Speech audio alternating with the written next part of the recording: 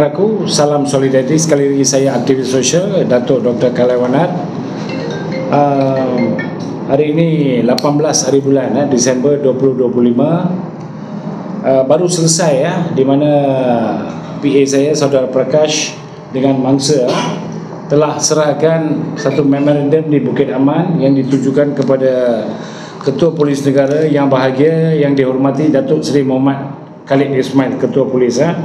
Okey.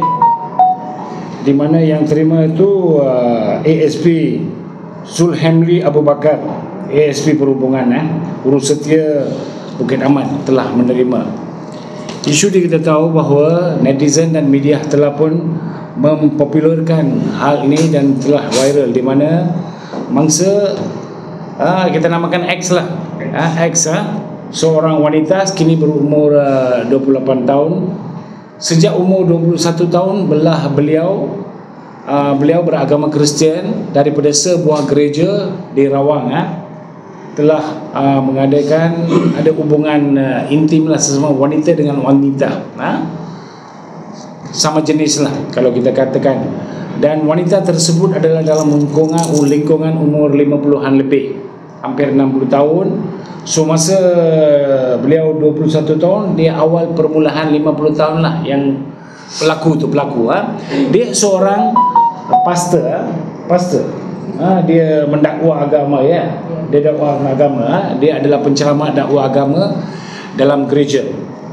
Maka sekarang apa yang beliau tak puas ialah beliau telah membuat satu report polis pada 24 hari bulan 9 2025 ke atas apa yang telah berlaku ke atasnya. Okey. Hubungan antara dia dengan dia, biasanya dia akan buat blessing lah, dia akan buat blessing macam ni. Dia kata lah, ini bukan saya kata, dia kata dia akan buat blessing macam ni. Lepas tu pujuk dengan lepas tu mereka bagi tu rapat lah. Bila rapat, oleh kerana dia seorang padri perempuan, pastor lah, dia pastor perempuan. Ialah pastor biasanya dihormati lah, disanjung tinggi kan. So dia pun ikut apa dia kata, dan beberapa kali mereka telah mengadakan hubungan sulit antara mereka di beberapa lokasi di mana dia telah memberitahu kepada pihak polis dalam report polis tu. Dan apa yang dia tak puas sekarang, pihak polis dipercayai telah tidak mengambil tindakan, kemungkinan besar tidak menuduh si pelaku. Okey, dan si pelaku pula sekarang didapati bahawa telah bukan ada di sini dihantar oleh keluarga ni ke Johor. Oleh kerana pada permulaan minggu lalu kan, kita tahu video itu telah viral. Bila viral itu, pihak mereka telah membawa pastor perempuan itu ke Johor. I nak justice for myself. Kenapa terlaku ni 7 tahun masih dia diam? So ini suka sama suka ke? Dia blackmail saya. Dia blackmail macam mana? Dia akan bunuh diri lah. Tapi sampai sekarang after the video came, dia tak ada buat apa-apa pun. Dia belum bunuh diri lah. So dia cuma takutkan saya. Saya rasa malu nak bagi tahu family saya. Pelaku beberapa kali telah memujuk dia, bawa dia ke tempat. You ikut dia ke atau dia datang ikut you? Dia suruh saya datang. Dia suruh datang. Kenapa you mangkuk sangat, you ikut dia pergi? Dia selalu akan call saya, panggil. Ini orang tanya tau. Kenapa dia panggil you pergi? Kenapa itulah? Tanya ni. Sebab saya takut lah. Okey. So ada seorang ASP menjadi pegawai penyiasat dalam kes awak. Betul tak? Betul. So apa yang you tak puas hati dengan pegawai penyiasat? Apa yang telah berlaku? Sebab you menyatakan bahawa rakaman percakapan dalam borang section 112 Kanun Prosedur Jenayah, you memang tak tanda tangan? Tak ada. Itu you yang kata? Dia tak ambil full statement saya tak pernah lagi sign. Okey. Lagi saksi siapa dia panggil? Kakak saya dengan abang saya. Memang polis ada pegawai penyiasat ASP tu panggil lah. Saksi, tapi dia orang tak sign. Dia firstly take the saksi first. Okey. For myself dia tak angkat lagi. Dia kata it's 7 years dia akan jadi panjang lah. Okey, dalam hal ni apa yang rumit ialah, saya percayalah pihak polis menjalankan tugas dengan cekap. Tapi kadang-kadang manusia lah kan, kadang-kadang ada tolak ansur macam-macam kan.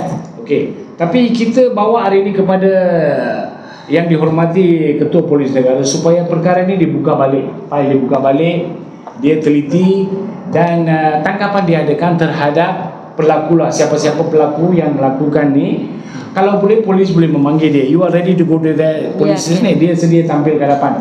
Sebab apa yang dia katakan dah masuk dalam memorandum ini, dia katakan apabila ASP yang menjadi pegawai penyiasat kepada dia panggil dia lebih kurang 2.5 bulan, dia selalu pulang alik balai 2.5 months. Why you go to the police station? She asked me to come to take statement, tapi statement siasat tu saya buat, bukan dia buat.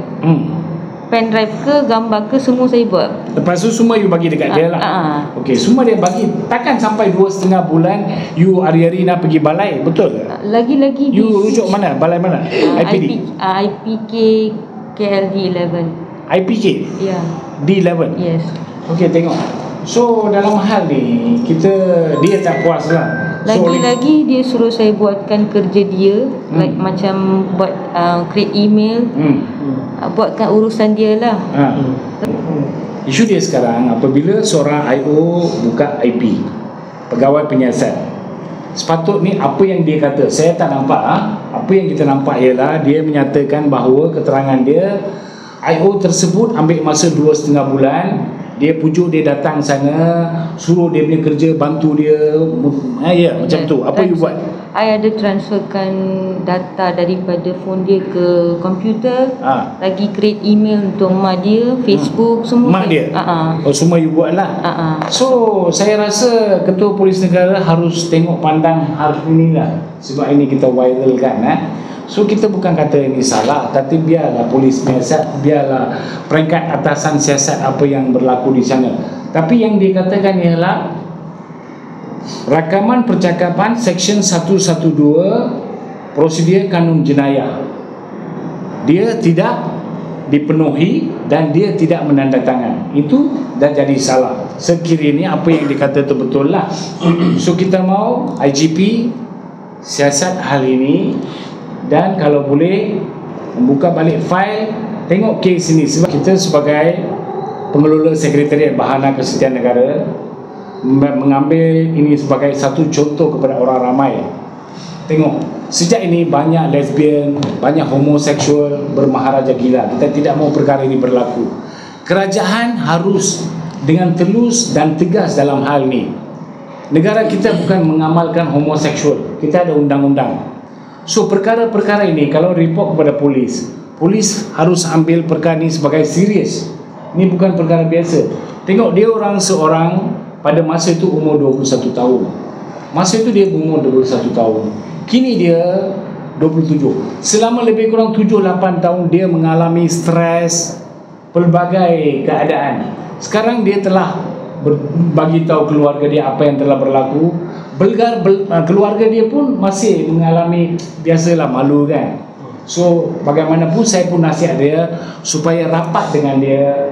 So kita akan bawa ke muka keadilan, biar polis menyiasat dan dapat satu keadilan untuk dia lah. Dia mau pelaku dituduh, sekiranya didapati daripada apa-apa struktur kesalahan mengikut akta ada salah. Yang statement dia pun merakamkan rakaman percakapan dia kan, pelaku. So kita tengok macam mana biar polis siasat.